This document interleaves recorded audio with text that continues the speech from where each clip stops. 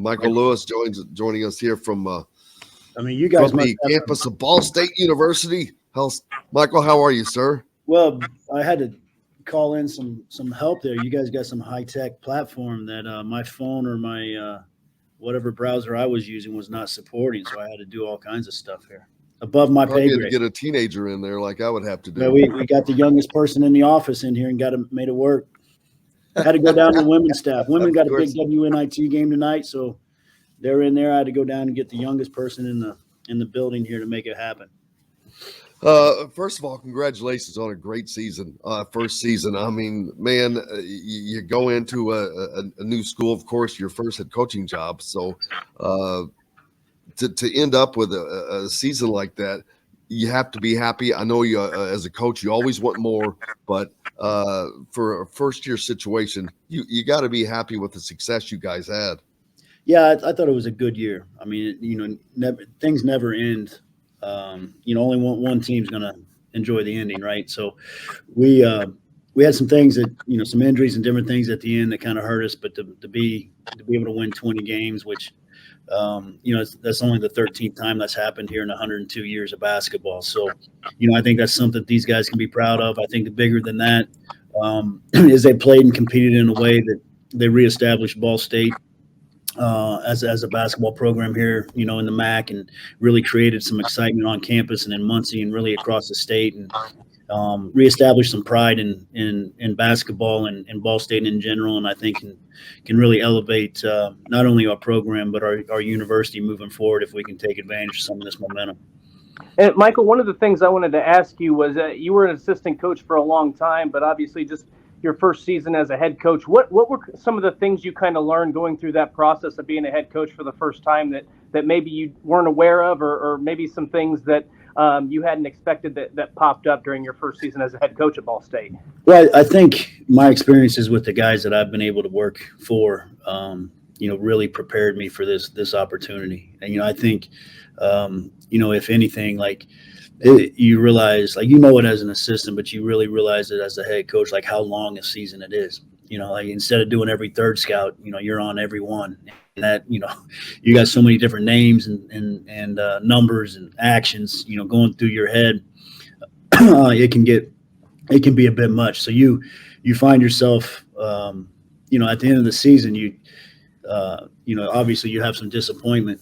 But that first time you take yourself to bed, like, you sleep, you sleep hard and long, but then you wake up and get to move into what's next. But no, it's, I think just my experiences as an assistant and really who I was able to work for, kind of prepared me for this, because they always, everybody I worked for always tried to push you to want to work like a head coach and really kind of gave you some responsibilities. And so I think that really, prepared me for what this is, but you never, I don't think, you're ever fully prepared till you jump into it. Probably like that for any job, till you get thrown in the fire and have to figure it out. But that's why you surround yourself with a good staff. And we were fortunate to have some good players that were about the right things. And that's why we had the season that we had.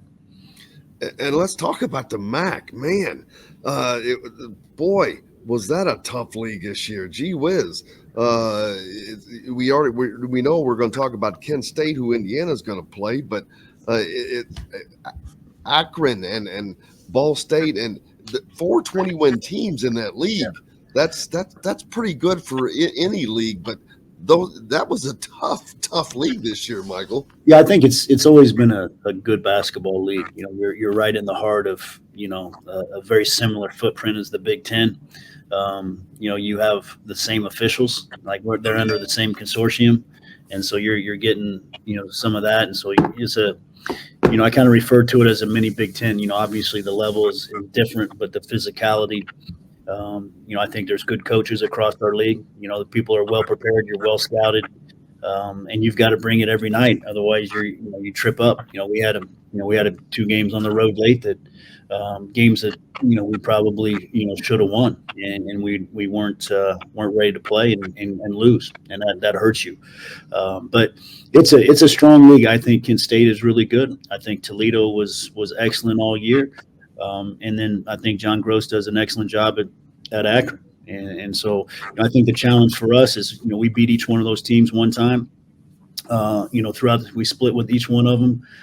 We slipped up. We lost to some teams below us, but we got to take a step up. We didn't have a first team all league guy. We had two second team guys, but we've got to be able to continue to build this program to where we're competing, with those teams above us each and every night and handling our business. And so I think we took a big step with that this year.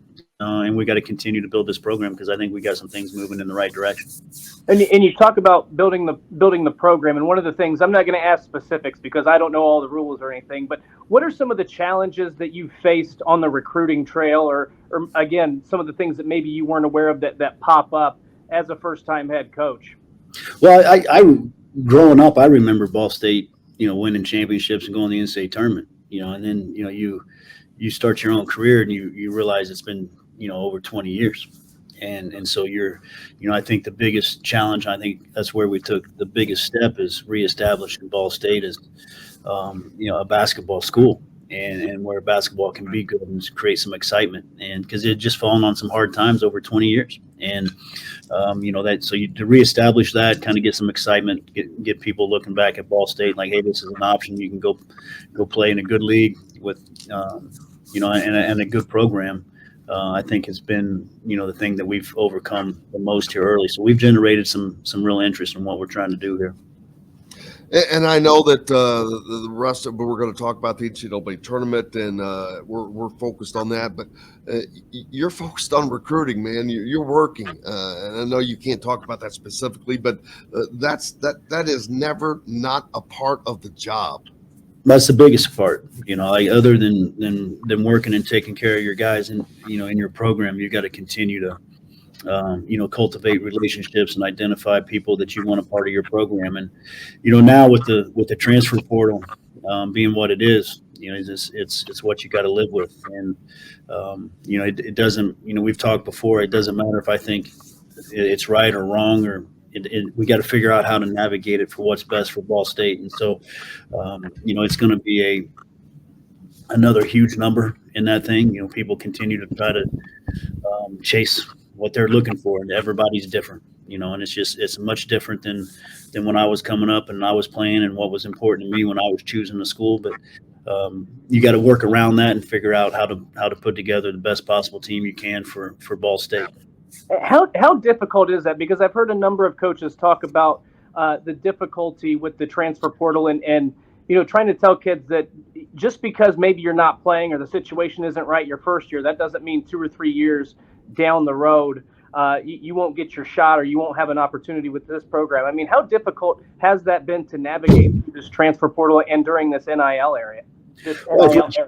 Yeah, no, I think, what we just try to be very transparent, and it may be the wrong way to approach it, because we're just honest. Like, hey, like, this is what I see for you in our program. And if people don't like that, then they can choose to go elsewhere. It can be very easy for me to sit in here and lie to a young man and tell him how great it is. And, this, you're going to do X, Y, Z. And then, next year he's, when they're buried on the bench, you're like, what's up? And I don't think that's right.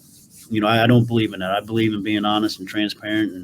And this is what my true feelings are, or my opinion of what you can do for our program a year from now. And it takes all kinds, but, some people want more. And so they got to figure that out. Like, I think, it's a fine line between, like, this is your one chance to be a college athlete and what you want to get out of it, compared to, like, what can that program and the people that you're surrounded by do for you over the next 30 or 40 years of life to get you started in life, and that's where I think I was really fortunate to be in Indiana, because I was fortunate to be able to play, which is important to everybody. And we were able to have success, but I was also smart enough to understand what Indiana could do for me for the rest of my life. So, and I think that's a lot of things that get lost. That people keep changing and chasing, something just for them. And winning was important to me. Winning was much more important to me, and my experience was much more important to me than the difference of playing 20 minutes or 30 minutes or whatever. And so, it's just a different time frame, and kids are looking for different things. And we need a governing body that when they say they're not going to allow X, then you can't allow X regardless of any other circumstance. The one-time transfer rule, like, there's guys in the portal transferring for the second, third, fourth time. Yeah. And they're going to get the waiver because, that any threat of litigation gets thrown out and they allow them to do what they want to do. And so, we got to figure out, there's a balance, and we got to figure out, how best to serve both the universities and the student athletes in this whole thing. Yeah, that is a trick that hopefully that they get that figured out, because this is the greatest sporting event going, man, and we all love it. Kent State and Indiana are going to clash here at the NCAA tournament. Kent State as well as anybody. Of course, Indiana. Before I get to that, I want to almost forgot. Being a Jasper boy, Scott Rowland goes into the Hall of Fame this summer. I'm sure we're obviously happy for him, but have you and Scott spoken? I let it probably 24, 36 hours go by, and I sent him a text, and he sent a nice response back. And that's so cool, and I think he's very deserving. I think, the career, like he's a pro's pro. He's not going to hit a home run and gawk at it, and he's not about the show. Like he's a Jasper guy. He's got a job to do. He's going to go do it. You never had to worry about his dependability when it came to that. You never had to worry about anything off the court crazy. Like, he's going to represent his organization at the highest level. And so he's a pro's pro. I couldn't be. I was so happy for him. Like, you get. I've said this because I've taken the court with Jason Kidd. I've been on the court with Stephon Marbury. Like, I played with a lot of guys, coach. Like, he is the best athlete that I've ever, competed with or against in my entire life. Like, you can play that dude in ping pong, he's going to whip your ass. Like, you go, it's like, it doesn't matter. Like, he's just that dude. And so to see him have that moment, like, that's big time. Yeah, and what a hell of a basketball player he was. Yeah, he was pretty good. Mr. Basketball. There's in that time in my life in high school, like, there wasn't many people that could get me to pass, and he got me to pass it to him. I knew what it was. My freshman year, like, hey man, like, you got to get Scotty the ball, man. No, he's just an unbelievable athlete and just a good human being. Yeah, I see. Fortunately, he lives in Bloomington, and fortunate to get to see him kind of frequently, and very humble, one of the most just great. He's just a great all-around person. Yeah. But of course, not surprising, much like yourself, the people of Jasper, great people. It's a great area, an area of hardworking people. But you guys are both very, very similar, very hardworking, successful athletes. Humble, and I'm just very happy to know both you guys. But great success for both you Jasper boys. Well, he did it at the highest level and represented everybody in the right way. It's pretty cool to see him go to Cooperstown. Kent State, a team well, is that you had to battle with. You split with them this year, and tough run through the MAC conference. Now they take on Indiana, and I think that this is the toughest 4-13 matchup in the tournament. I think this is the toughest little bracket in the tournament, but this is no easy. Well, there are no easy games, but this is not a non-easy game. It's funny. Like, obviously, all my friends are still Indiana fans, and they, you get what you're talking about and building this thing up. And I think it's going to be a good game. I think IU wins this. I think they just have too much across the board. I think they have too much depth. Like, Kent State's down a starter. That kid broke his hand or finger or something. He's been out, one of their shooters, which is, hurts them. They're not near the shooting team that they were earlier in the year. And I think that's one of their weaknesses. They don't shoot it great. Now they can get hot, sincere carries, not his percentage is not high, but he's got the knack of hitting the big one, and he can get streaky. He's really good in the mid range and off ball screen. Their bigs are a lot like they don't throw it to him on the post and post up. They do more. They get their shots off penetration and drop downs or off pick and roll. Rim running. I think Solinger comes off the bench, provides shooting. Their four-man, Myron Thomas, who was at Ball State previously and transferred there, like he's a pick and pop forward. Like you cannot allow him to get a shot off. Like that's what he does. Like you have to close out to make him a driver. Like if you got him scoring or trying to take shots in 2-point range, you're doing your job. Like make him hit a bunch of those, but don't let him get the pick and pop threes. Jay Jacobs is an elite defender, but and he's going to be a hard driver. Like I just think there's things in the matchup that IU can use to their advantage. And I've talked to my buddies and like if it's tied at halftime, don't freak out. Like I think you can just wear them down. Like when we were able to beat them here at our place, we handled their ball screen pressure much better than we did when we were on the road. We were able to spread them out and attack them. Like it was interesting. One of our starting forwards was out with an injury in that game, and we had to play smaller. And I think it was to our advantage because we were able to spread them out. And they do a really good job of zoning up behind their ball screen, hard hedge, kind of semi-trap stuff.